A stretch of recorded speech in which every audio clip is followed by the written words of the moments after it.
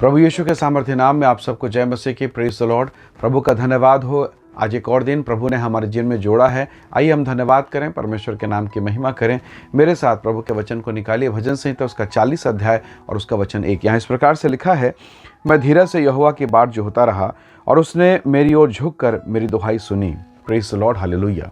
प्रभु के लोगों, दाऊद इस भजन के शुरुआती शब्दों में कहता है कि मैं धीरज धर के यहोवा की बाट जोहता रहा, और परिणाम ये हुआ, मेरे जोहने के कारण परमेश्वर जो स्वर्ग में विराजमान है उसने झुककर मेरी दुहाई सुने, मुझ पर दया को प्रकट किया। Praise the Lord, hallelujah.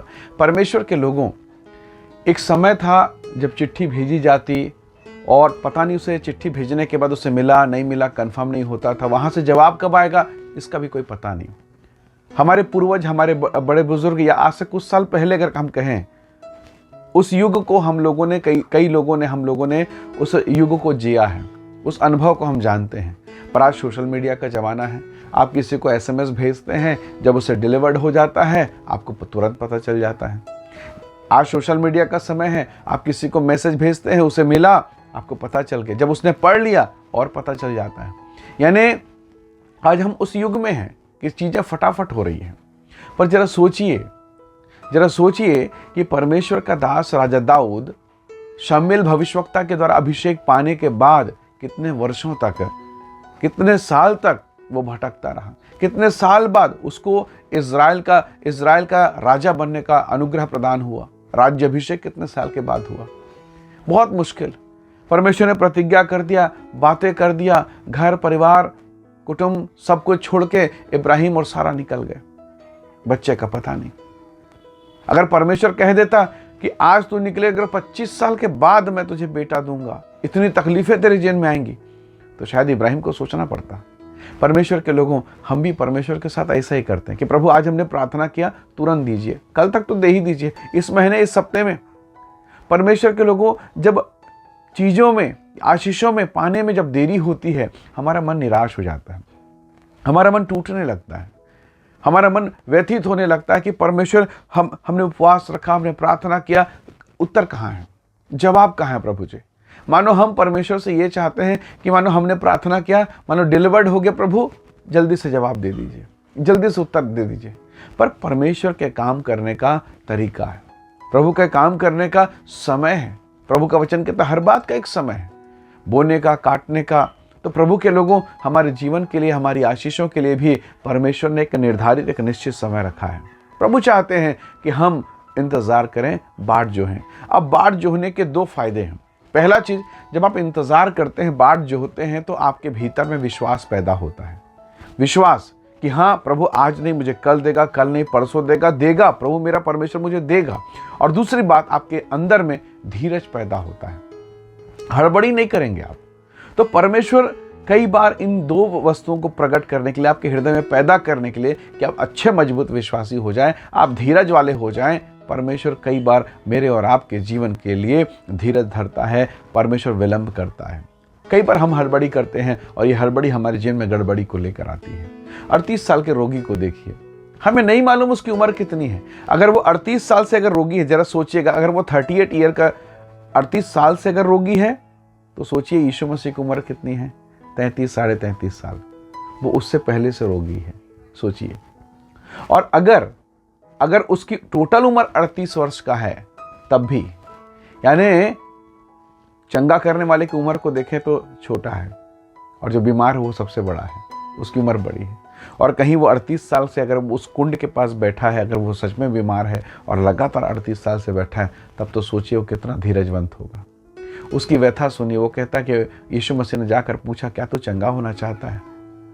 वो हताशा के मारे बोल सकता है। उसने कहा, प्रभु चंगा होना चाहता हूँ, इसीलिए तो कुंड के पास बैठा हूँ, पर इससे पहले कि मैं पानी पर उतरूं, कोई दूसरा जंप लगा देता है, कूद जाता है और मुझसे पहले चंगा हो जाता है। पर मैं घर नहीं जाता हूँ। ध्यान से सुनिए, वो घर नहीं जाता है, वो आकर फिर अपनी जगह पर बैठ जाता है कि अगली बार फिर, नेक्स्ट टाइम फिर। परमेश्वर के लोगों, ऐसे लोगों के लिए स्वयं प्रभु यीशु मसीह आकर खड़े हो गए और उससे पूछा, सृष्टिकर्ता, सृजनहार परमेश्वर, वो कहता है कि बेटा, क्या तू चंगा होना चाहता है? हालेलुया। जो धीरज धरते हैं उन्हें बड़ा प्रतिफल मिलता है। धीरज धरने के विषय में याकूब अध्याय 5 में आप पढ़िए, याकूब कहता है अय्यूब के विषय में कि हे भाइयों, तुम अय्यूब के धीरज के विषय में जानते हो और उसका प्रतिफल भी जानते हो। तो धीरज धरा, इंतजार किया, वेट किया, परमेश्वर का धन्यवाद, अय्यूब को परमेश्वर ने दुगना दे दिया। धीरज धरा इब्राहिम ने, संयम रखा, परमेश्वर ने उसने हंसने का मौका दिया। संसार हंस रहा था, इसका तो कुछ हो नहीं सकता, बुढ़ापे में क्या होगा, परंतु परमेश्वर का धन्यवाद, उसी बुढ़ापे पर परमेश्वर का धन्यवाद, इब्राहिम और सारा को हंसने का मौका दिया, इसहाक पैदा हुआ। तो परमेश्वर के लोगों, प्रभु बहुत बार मेरे और आपके जीवन में धीरज को सिखाता है। वो हमें विश्वासी बनाता है, वो अच्छा पिता है। हम इस संसार के समय में, जबकि हमें हर चीज़ें जल्दी और अपने समय के हिसाब से चाहिए, परमेश्वर के लोगों, क्या गतसमनी के बगीचे में प्रार्थना को हम स्मरण कर सकते हैं कि प्रभु ने कैसी प्रार्थना की। प्रभु ने कहा, पिता मेरी नहीं पर तेरी इच्छा पूरी हो। हम कितनी बार अपनी इच्छाओं को शीघ्र, अतिशीघ्र, जल्दी दे प्रभु, ऐसा दे प्रभु, वैसा दे प्रभु, हम कितनी बार अपनी इच्छाओं को परमेश्वर पर थोपते हैं। और कितनी बार हम ये कहते हैं कि परमेश्वर तेरी मर्जी मेरी पत्नी के परिवार में, मेरे परिवार में पूरा हो। कई बार हम गलत डायरेक्शन में जाते हैं, गलत बिजनेस में चले जाते हैं, गलत दिशाओं में चले जाते हैं, हम सफल नहीं होते, हम निराश हो जाते हैं और निराश होकर कहने लगते हैं कि परमेश्वर हम तो आपके साथ चलते हैं पर काम सफल क्यों नहीं हो रहा है, मुझे आशीष क्यों नहीं मिल रही है, मेरे घर में क्यों परिवर्तन नहीं हो रहा है, कहीं ना कहीं तो गड़बड़ है। प्रभु के लोगों, कई बार हम अपनी इच्छा से चलते हैं और बाद में फिर हम परमेश्वर के पास आकर रोते हैं। बेहतर है पहले रो लें परमेश्वर के पास, ताकि बाद में हम हंसते रहें, मुस्कुराते रहें और संसार हमें देखे कि हम मसीह की ओर से आशीषित हुए हैं।